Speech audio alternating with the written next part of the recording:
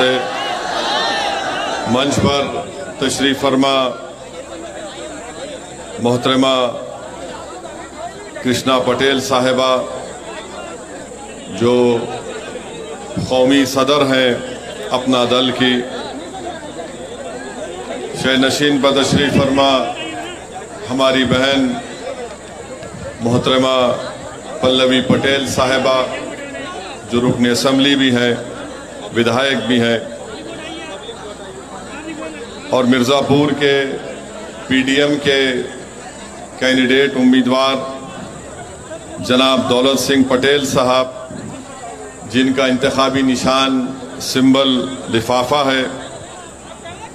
हैदराबाद से तशरीफ़ लाए एमआईएम पार्टी के एमएलए विधायक जनाब माजिद हुसैन साहब, उत्तर प्रदेश के एमआईएम पार्टी के अध्यक्ष जनाब शौकत अली साहब, पूर्वांचल के एमआईएम के सदर और जनाब खालिद तिवारी साहब, ज़िला सदर नफीस अहमद साहब, सैफ कादरी साहब, अब्दुल खालिद साहब, अपना दल पार्टी के तमाम जिम्मेदारान व नेता, मौजूद हाज़रीन इकराम, बुजुर्गान कौम और मिल्लत, मेरी इज़्ज़तदार माँ और बहनों और मेरे गयूर नौजवान साथियों, मैं आपका शुक्रगुजार हूँ कि आपने अपना कीमती वक्त निकाल कर आज के इस जनसभा जलसे में आपने शिरकत की।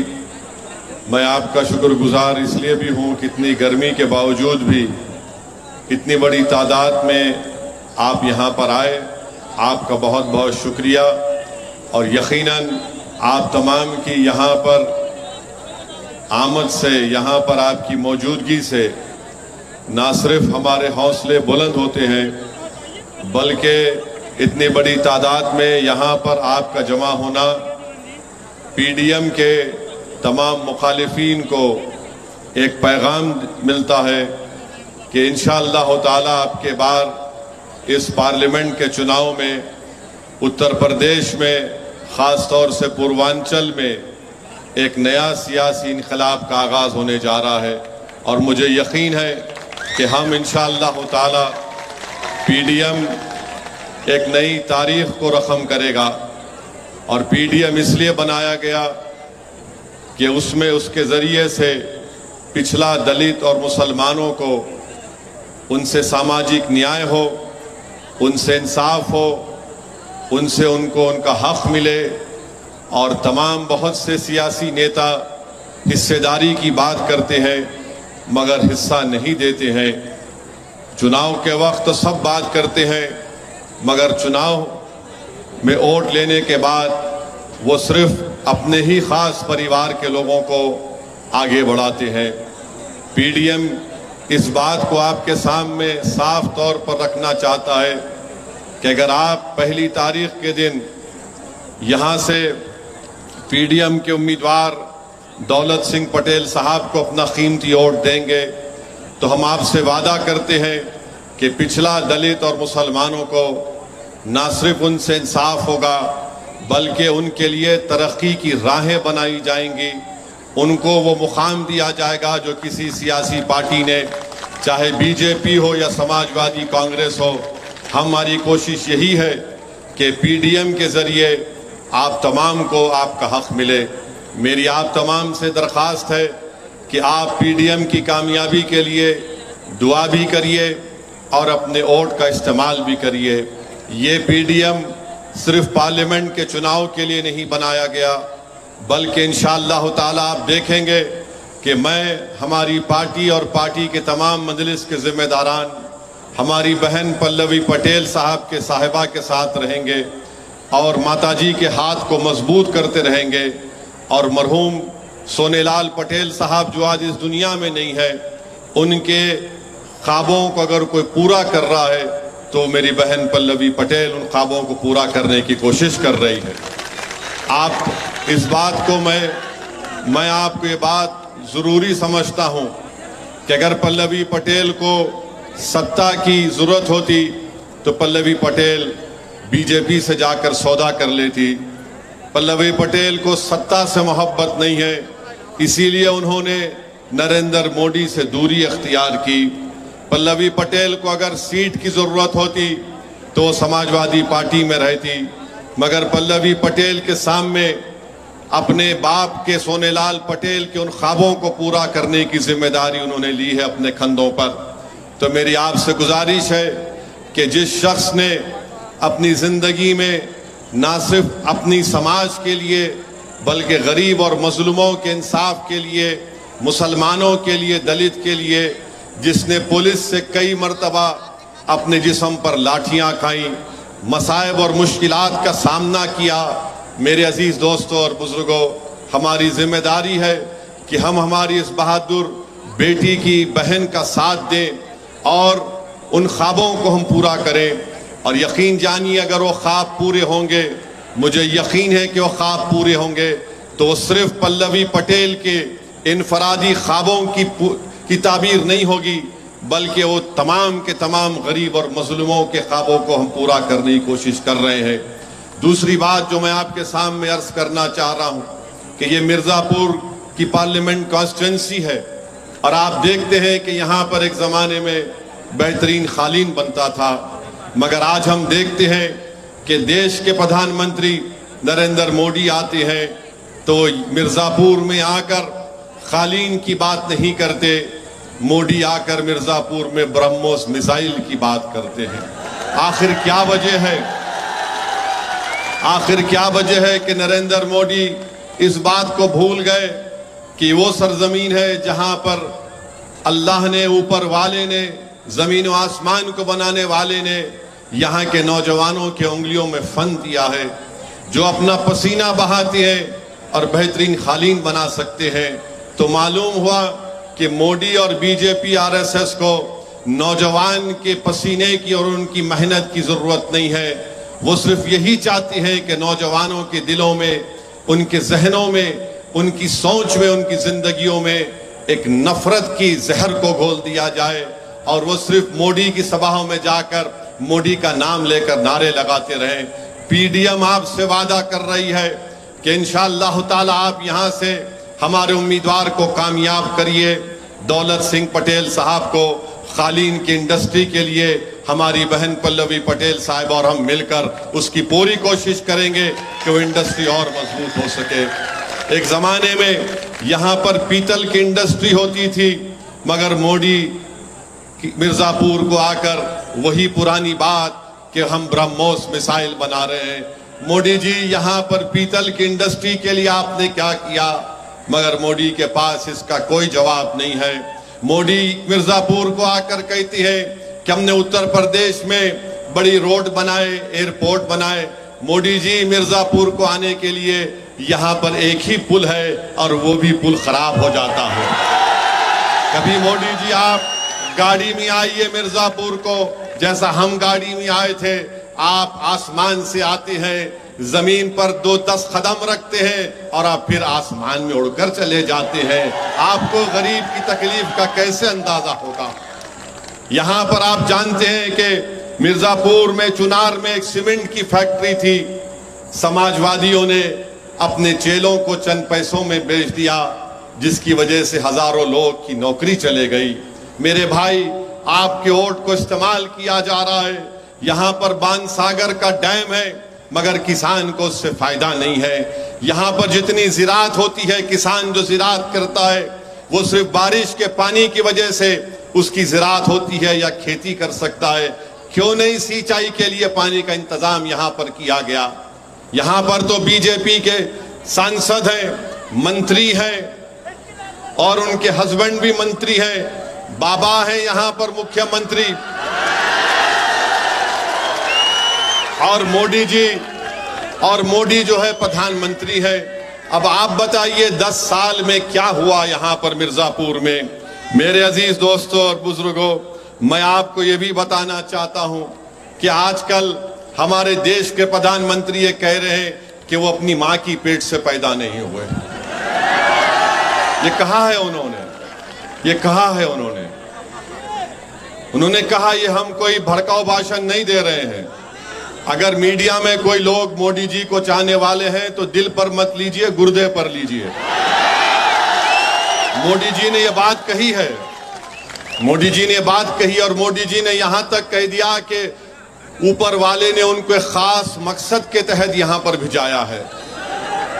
मोदी जी, खास मकसद आपका यही था क्या कि इसी गंगा में लाशें बह रही थी, कुत्ते उन लाशों को खा रहे थे? क्या इस मकसद के लिए आपको प्रधानमंत्री देश के गरीबों ने बनाया था कि कोविड में आप नजर नहीं आए? कोविड में आप नजर ही नहीं आए, आप गायब हो गए। ऑक्सीजन किसी को नहीं मिला। आपने चंद घंटों में पूरे भारत को ताला लगा दिया। आज मोदी जी कहते हैं कि अगर मैं सत्ता में नहीं आऊंगा तो फुलाई जगह पर ताला लग जाएगा। मोदी जी, आप और हम इस दुनिया में नहीं रहेंगे। हम और आप इस दुनिया से जाने को आए हैं और जाएंगे, मगर देश रहेगा इंशाअल्लाह ताला।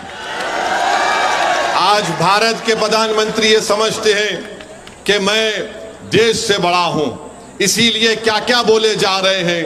अब आप कह रहे हैं कि मुजरा होगा। आप बताइए, 133 करोड़ जनता का प्रधानमंत्री है और कहता है कि मुजरा होगा। मोदी जी, याद रखिए, अगर आप इस तरह महिलाओं का अपमान करेंगे तो हमारे मुंह में भी जबान है। हम आपसे पूछना चाहते हैं, जब चीन डेप्सांग, डेमचाक और पोंगसोंगसू लेक में भारत की 2000 स्क्वायर किलोमीटर को कब्जा करके बैठ गया, तो क्या आप ब्रेक डांस कर रहे थे चीन के साथ? मोदी जी, जब ये गौ रक्षक गरीबों को रोककर मारते थे, पीटते थे, तो क्या आप उनके साथ भांगड़ा नहीं कर रहे थे? जब धर्म संसद किए जाते और गालियां बकी जाती, महिलाओं को नफरत फैलाया जाता, तो मालूम हुआ कि मोदी जी उनके साथ भरतनाट्यम कर रहे थे। तो मोदी जी, आप इस तरह अगर बोलते रहेंगे तो देश देख रहा है। मोदी जी, आखिर आपको हो क्या गया है? हम जानते हैं कि आप 75 साल के करीब हो रहे हैं, मगर आज आप इस तरह की जबान इस्तेमाल कर रहे हैं।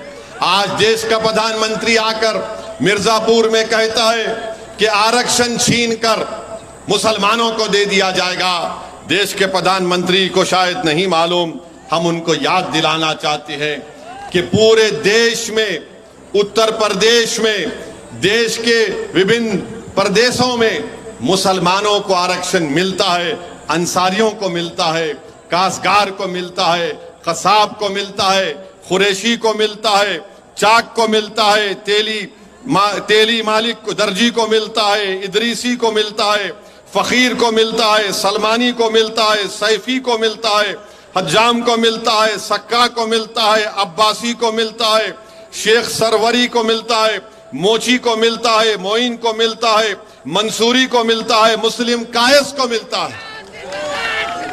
मोदी जी, आप किसको लड़ाना चाह रहे हैं? आप देश में लड़ाना चाहते हैं। आप एक समुदाय को दूसरे समुदाय से भिड़ाना चाहते हैं। मोदी जी, ये मत करो। देश का ये अमन बहुत अहम चीज है। तुम सिर्फ चुनाव जीतने के लिए कितनी नफरत को आप पैदा करेंगे, कितनी नफरत आप घोल देंगे। क्या आपने नहीं कहा था मोदी जी कि कपड़े देखकर पहचानो? क्या आपने अपनी जबान से नहीं कहा था कि कब्रिस्तान और शमशान आपने नहीं कहा था? इस चुनाव में मोदी कहती है कि हम घुसपैठी हैं भारत के मुसलमान। हम कहां के घुसपैठी है मोदी जी? और यहां पर मिर्जापुर में आकर नरेंद्र मोदी मंगल पांडे का और उनके साथियों का जिक्र करते हैं। यकीनन हम बहुत इज्जत करते हैं मंगल पांडे की। हम कभी भी उनकी कुर्बानियों को नहीं भूलेंगे, ना उसको रायगा जाने देंगे। मगर मोदी जी, पूर्वांचल की सरजमीन पर आपकी जबान से डॉक्टर मुख्तार अंसारी का नाम क्यों नहीं निकलता? डॉक्टर मुख्तार अंसारी ने भी अंग्रेजों के खिलाफ लड़ाई लड़ी। तुम्हारी जबान से मुख्तार अंसारी का नाम इसलिए नहीं निकलता क्योंकि मुख्तार अंसारी का वो दादा था। मुख्तार अंसारी का नाम लेते मोदी जी तुम। अच्छा, वो नहीं लिए तो चलो, मोदी जी आप कम से कम मिर्जापुर को आए तो नागा प्रसाद विश्वकर्मा का नाम ले लेते, जिसको महाराजा की फौज ने शहीद कर दिया था। मोदी जी को मालूम ही नहीं होगा नागा प्रसाद विश्वकर्मा कौन है। मोदी जी, जब आप मिर्जापुर को आए तो कम से कम अब्दुल वाहिद का नाम तो ले लेते, जिसको अंग्रेजों ने सन 57 की जंग आजादी में शहीद कर दिया था। ये वो सरजमीन है जहां पर ऐसे बड़े बड़े जियाले पैदा हुए। ये वो सरजमीन है जहां की गयूर माओ ने अपनी कोख से ऐसे बहादुरों को पैदा किया जिन्होंने अंग्रेजों से की गुलामी से इस देश को आजाद करवाया। मैं उन जियालों से और उन माओ से कह रहा हूं कि आज आपको पीडीएम का साथ देना है। मैं उन बहादुर नौजवानों से अपील कर रहा हूं कि गुलामी मत करो, गुलामी मत करो, किसी से मत डरो। जिंदगी एक ही बार मिलती है, उसको इज्जत से गुजारो, सीना तान कर अपनी जिंदगी गुजारो, अपने हक के लिए लड़ो। और आपके हक के लिए, आपके जायज मांगों के लिए पीडीएम को बनाया गया है। ये मेरी खुशकिस्मती है कि मैं आज मिर्जापुर की उस सरजमीन में हूं जहां पर ख्वाजा गरीब नवाज सुल्तान हिंद के बादशाह की खबर भी है और उसके बाजू में विद्यावासिनी देवी की मंदिर भी है। ये मोदी जी को नजर नहीं आता, देखना नहीं चाहते इन चीजों को मोदी जी और बीजेपी और आरएसएस। तो मेरे अजीज दोस्तों और बुजुर्गों, मेरी आपसे गुजारिश है कि इस भाईचारगी को बरकरार रखिए, इस भाईचारगी को बरकरार रखिए, मोहब्बत को और मजबूत करिए, नफरत का खात्मा करिए। और नफरत का खात्मा उस वक्त होगा जब आप पीडीएम का साथ देंगे, जब आप हमारे दौलत सिंह पटेल साहब को पहली तारीख के दिन लिफाफे के निशान पर वोट लगाकर उनको कामयाब करेंगे। और मैं आपको बताना चाह रहा हूं कि दूसरी तरफ समाजवादी पार्टी है, जो समाजवादी पार्टी का उम्मीदवार है, क्या वो बीजेपी से नहीं आया? क्या वो बीजेपी से नहीं आया? आया नहीं आया? आप जानते हैं कि जब वो सांसद था बीजेपी का, जो आज समाजवादी पार्टी का कैंडिडेट है, इसने CAA कानून के किसका साथ दिया, CAA कानून के लिए वोट दिया। क्या आप CAA कानून को मानते हैं? क्या आप CAA कानून को मानते हैं? और वही CAA कानून को भारत की पार्लियामेंट में मोदी और अमित शाह के 300 MPs के सामने उस कानून के बिल को अगर किसी ने फाड़ा तो उसका नाम असदुद्दीन ओवैसी था। आज जो समाजवादी पार्टी का कैंडिडेट है, वो ट्रिपल तलाक के कानून में वोट दिया। क्या आप ट्रिपल तलाक के कानून को मानते हैं? मेरे भाई, मेरे बुजुर्गों, मेरी इज्जतदार मां और बहनों, ये अखिलेश यादव का, ये इनकी मोहब्बत है अल्पसंख्यक समाज से कि जो बीजेपी से आ गया, इनके पास एक स्टैंप है, वो स्टैंप लगा देते हैं, सेक्युलर हो गया। बताइए, आपके पास भी तो वॉशिंग मशीन आ गई। क्या वो वॉशिंग मशीन आपको मोदी जी ने दी? कि मोदी जी के पास एक वॉशिंग मशीन है, मोदी के पास, कि जो करप्शन करे मोदी के पास आ जाए वो साफ हो जाता है, और जो बीजेपी से निकल कर आ जाए अखिलेश के पास तो वो सेक्युलर हो जाता है। मैं आपको बता रहा हूं, कल अखिलेश यादव एक जनसभा कर रहे थे, इलेक्शन की मीटिंग कर रहे थे। किस मुकाम पर कर रहे थे मैं आपको बता रहा हूं। अखिलेश यादव चंदौली में बायोटेक्नोलॉजी कॉलेज के मैदान में शाम के 4 बजे समाजवादी के एक उम्मीदवार के लिए अखिलेश यादव मीटिंग कर रहे थे। लोगों ने पुकार कर कहा कि तुम्हारे पार्टी का एक समाजवादी का मुस्लिम नेता है, उसको मंच पर बिठाओ। अखिलेश ने उसको बिठाना भी नहीं चाहा। उन्होंने कहा उसका नाम ले लो। अखिलेश ने नाम तक नहीं लिया। बताइए मेरे अजीज दोस्तों और बुजुर्गों, जो हमारा नाम लेना नहीं चाहता, जो उन्हीं के पार्टी के नेताओं को अपने मंच पर बिठाना नहीं चाहता, वो क्या आपको और हमारा इंसाफ करेगा? वो क्या करेगा आपके लिए? बताइए। कल तक आप बोलते थे कि हमारे पास विकल्प नहीं है, हम किसको वोट दें, मगर आज आपके पास एक ताकतवर मुतबादिल और विकल्प है जिसका नाम पीडीएम है। कल तक आप बोलते थे कि हमारे पास नेता नहीं है, अखिलेश यादव को छोड़कर आपके पास अखिलेश यादव से लाख दर्जे ताकतवर और काबिल और भरोसामंद नेता है, उसका नाम पल्लवी पटेल है। शौकत अली है आपके पास। आप बताइए, जो नाम लेने से कतराता है और क्या कहते हैं, ओवैसी वोट काटने आया, ये कहते हैं ना। हमको इससे कोई फर्क नहीं पड़ता। इन समाजवादी पार्टी वालों से पूछिए कि उन्होंने 62 लोकसभा के टिकट दिए हैं। कितने दिए? 62। कितने मुसलमानों को दिए हैं? सिर्फ 4। 62 टिकट दिए और सिर्फ 4 दिए, और बोलते हैं कि हम वोट काटने आए हैं। आप बताइए फिर ये क्या है? ये इंसाफ है? ये जानते हैं कि इस समुदाय को टिकट दो या मत दो, ये कहीं पर नहीं जाएगा, ये सिर्फ हमारा साथ देगा। अखिलेश यादव की पार्टी में लोग कहते हैं कि अल्पसंख्यक समाज मुसलमानों से कह दो कि तुम्हारा काम सिर्फ दरी बिछाना है, तुम्हारा काम नारे लगाना है कि भैया पर जवानी कुर्बान, तुम्हारा काम यह है कि अपनी जान दे देना। मैं तुमसे कह रहा हूं कि दरी तुम कल तक समाजवादियों के लिए बिछाते थे, आज अपने आने वाली नस्ल के लिए दरी बिछाओ। मैं तुमसे कह रहा हूं कि तुमने गैरों के लिए, अजनबियों के लिए, दुश्मनों के लिए अपनी जवानी को कुर्बान किया। मैं तुमसे कह रहा हूं कि तुम अपनी जिंदगी का थोड़ा वक्त पीडीएम को दे दो, हालात बदल जाएंगे। मैं तुमसे कह रहा हूं कि जान की कुर्बानी मत दो, हम अपनी जान को पेश कर देंगे। तुम्हारे घर की हिफाजत करते करते हम मर जाएंगे, मगर हम तुमसे सिर्फ यही कह रहे हैं कि 1 तारीख को आप सिर्फ वोट दीजिए, वोट दीजिए लिफाफे के निशान पर। और ये अलायंस रहेगा सिर्फ पार्लियामेंट के चुनाव तक नहीं, बल्कि आने वाले जिला परिषद के चुनाव होंगे, असेंबली के चुनाव होंगे, ये इंशाअल्लाह ताला पीडीएम रहेगा। अखिलेश यादव के साथ कांग्रेस है। कांग्रेस ने पूरे देश में 328 लोगों को टिकट दिया। कितने मुसलमानों को दिया? सिर्फ 19।